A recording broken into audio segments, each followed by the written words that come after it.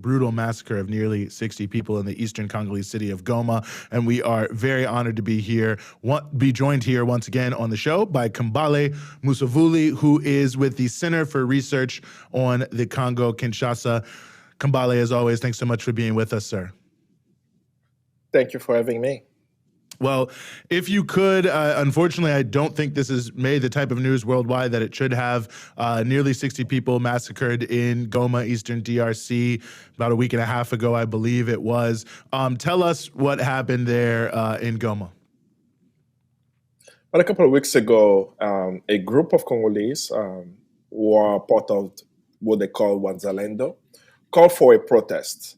The protest is very particular. It's happening as people are mobilizing around the world, particularly actually in West Africa. They're mobilizing for the French military to be out. And in the Congo, you have Congolese who are mobilizing for the UN peacekeepers to leave the DRC.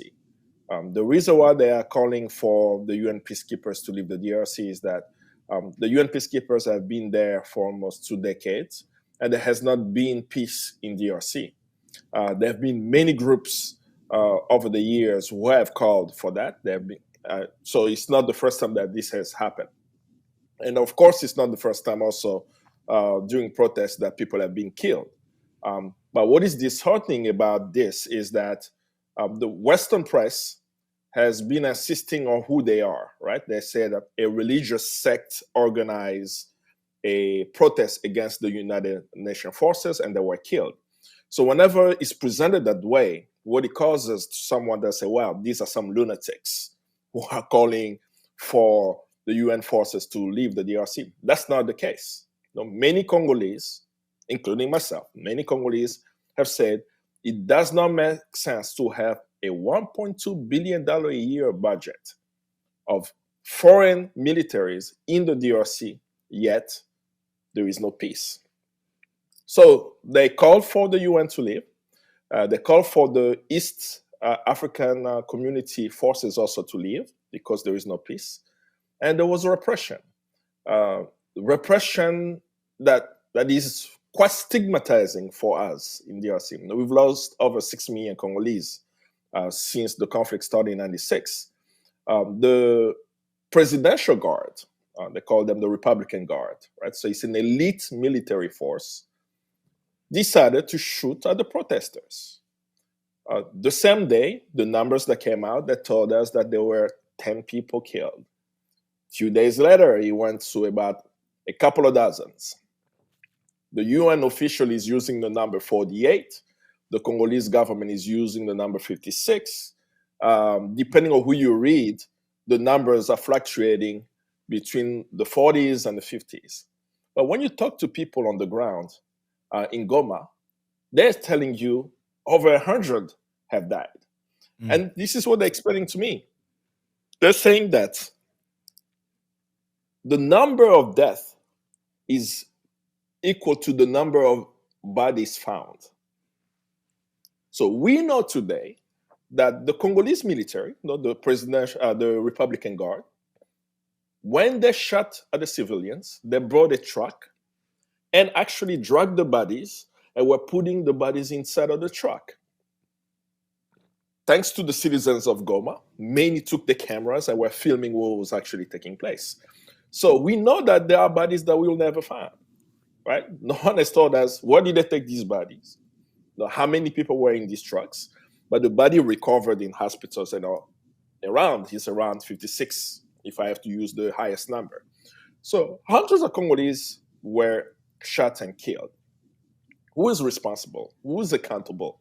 Who should be held responsible for the killing?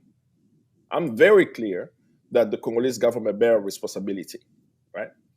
They've had a sham trial. They have a few commanders who have, been put in front of the cameras as they are the ones who gave the order. But the way it happened begs the questions: why are Congolese people being killed by their own army when rebels, the M23 rebels, have held a town called Bunagana For a year, there is a town in the Congo that's no longer in control of the Congolese people. Right? For a year, these soldiers who can shoot at civilians are not able to shoot at rebels who are arming the people. Then you have to start thinking, who trained them? The African intelligence, a month or so ago, published an article showing us that the Republican Guards are being trained by Israel today, as the Israeli forces use this same type of violence against Palestinians. Of course, right? So when we see this type of brutality all around the world, we must start looking who is financing the Congolese military, who's training the Congolese army, for which, whose interest. Then you start understanding the Pandora of first how this military is controlled by outside forces, and of course, they will not be afraid to shoot at a civilian. So that's one way to look at it. The second thing to look at as it relates to the killing is what these Republican Guards did after they killed the civilians.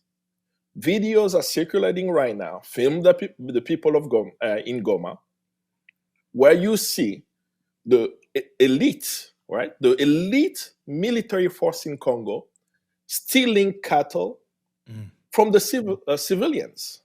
So you start asking yourself, are they dehumanized, right? How can they be the most elite forces in DRC, yet find their way to taking a goat and vegetables from families? Like they're literally destroying farms to take what people had, right? And all of this is happening in impunity. And as you continue to put that in context, you start saying that what the Wanzalendo did was to open a Pandora box.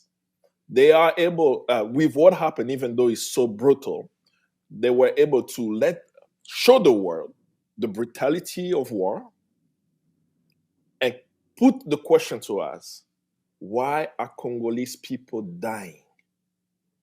56 dead as the numbers being put out, yet there is no accountability so far. I mean, the accountability in the courts does not bring back the dead and doesn't hold the highest commander of the region accountable, right? The province itself currently is under martial law. They're calling it the state of siege. For about a year, the province of North Kivu, where this massacre took place, has been under military control, right? The governor is a military person. The mayor of the city of Goma is a military person. So the whole province is under military rule, yet Congolese are losing their lives. And as they're losing their life, resources are still flying out of the Congo, right? So that's something that I felt would be very important for people to know that it took place, and continue to keep the Congolese as the struggle. If they're killing them, it means that they're resisting, right? They're resisting and they want to shut them, right? The Congolese government is saying that we need to have the UN forces to stay in DRC. And if the Congolese dare rise to say no to the UN forces, we will kill you in the street. But I don't think the Congolese will stop fighting until all foreign forces are out of the Congo. I think that's really, really important to raise. And I also wanted to give you the opportunity to, since we're talking about the Congo, there was this journalist who was arrested recently. And I was wondering if you could speak a bit to that. And just spoiler alert, I did just have Kambale on my show Dispatches. That will be coming out very, very soon. And we discuss a lot of different issues taking place across the continent. But one thing that we did not get to talk enough about was what was happening in the Congo, and then also what happened with this journalist recently. Yes. 2023 is an election year in DRC, if, of course, the presidential election takes place in December of this year. But for the past few months, repression has increased in the DRC.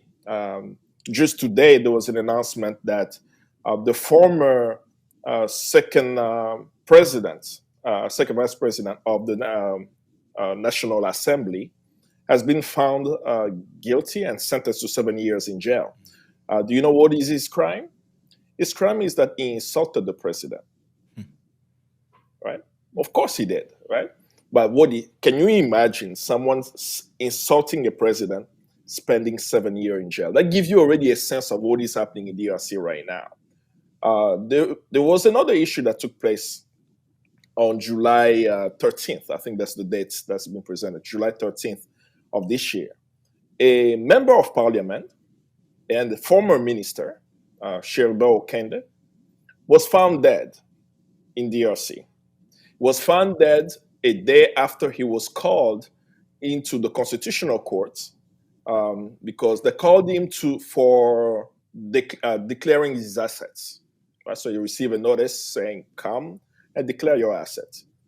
And then the following day, he was found dead. Investigations is ongoing. There have been international investigators in DRC. The family is doing investigation. Autopsy is still inconclusive. There he was shot in the head and the body and so on.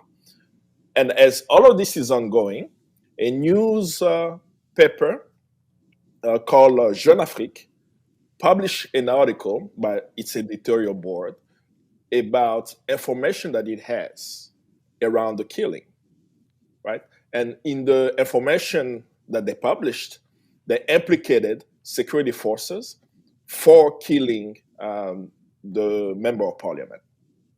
Stanis Bujakera, who is the journalist, works for the newspaper, Jeune Afrique.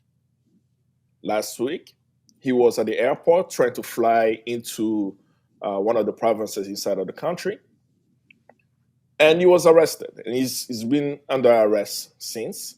What is being shared right now by the state is the reason why he's arrested is because the newspaper he works for has published information while there is an investigation ongoing.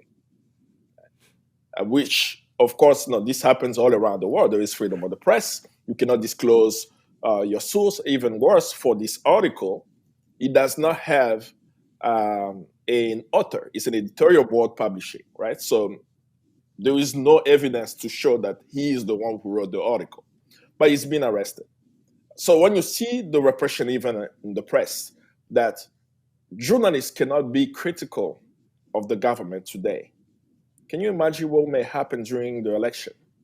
Right? That, of course, an MP being killed, for some, they will say it's a big deal. But I continue to say more Congolese are dying on a daily basis, and journalists are the one helping us tell the stories of these Congolese, even though Sherbo Okende was an MP. But the work of Stanis Bujakera over the years has been very important in exposing crime in the DRC, exposing wrongdoings of the government, that he's always kept that line. And it was a shocker for us to hear up until today, he has not been released. Even worse, his account is being managed right now by his colleagues, Jeune Afrique, and they posted a statement saying that the people who are holding him have been trying to delete his Twitter account. Right? And they actually posted it, right? So, of course, he's arrested. They have his cell phone. They have his computers. And they have been trying to do that. But because he had a process where he's not the only one using the account, Jeune Afrique, his colleagues Jeune Afrique, are exposing that they are trying to delete his account. So it's unfortunate that it's happening. Like, it is predictable. It's predictable to see the current regime of Tshisekedi repress the media, and of course the killing that took place in Goma, because they want to maintain power beyond the electoral term. We know that he now won the presidential election of 2018, so now they want to organize a sham election and silence anyone who may have a different opinion of what they are doing. And what they are doing, if I have to go step by step, I mean, people will cry just listening. Like, the president of the Congo spoke at the APAC summit in Washington, D.C. The president of the Congo went to Israel, right? And he received an honorary degree there. He caused the situation in Western Sahara, the Balkanization of Morocco, for example. The DRC was part of the team of the countries to look at Israel's seats at the African Union, right? And he's very close to Israel. This is why the presidential guard are being trained by the Israeli forces. And I can go on and on, even from the mining deals and so on. So the sad part about the president of the DRC is that he comes from the opposition, right? And before he became president, the repression that we're seeing was being done by Joseph Kabila. And while he was in the opposition, he was denouncing this violence, right? He was denouncing the practices under Joseph Kabila, calling him a legitimate president, and he must leave. Surprisingly, today is the president of the Congo is actually doing the same thing. This is why, at least for the people of the Congo, we are clear. It's not the election that's going to bring a change to our country. There must be a conscious and organized mass force in DRC to change the way we engage, so that when the Congolese understand that the UN forces is an imperial force in DRC, not to bring about peace, but to continue to secure the continuous flow of strategic minerals out of DRC, then we can have a peaceful and strong Congo. So Congolese people are clear about what is happening, and it's unfortunate that journalists are being targeted when they're exposing what the state is doing. Well, a lot to sort through here, and we appreciate you helping us understand it to a much greater degree.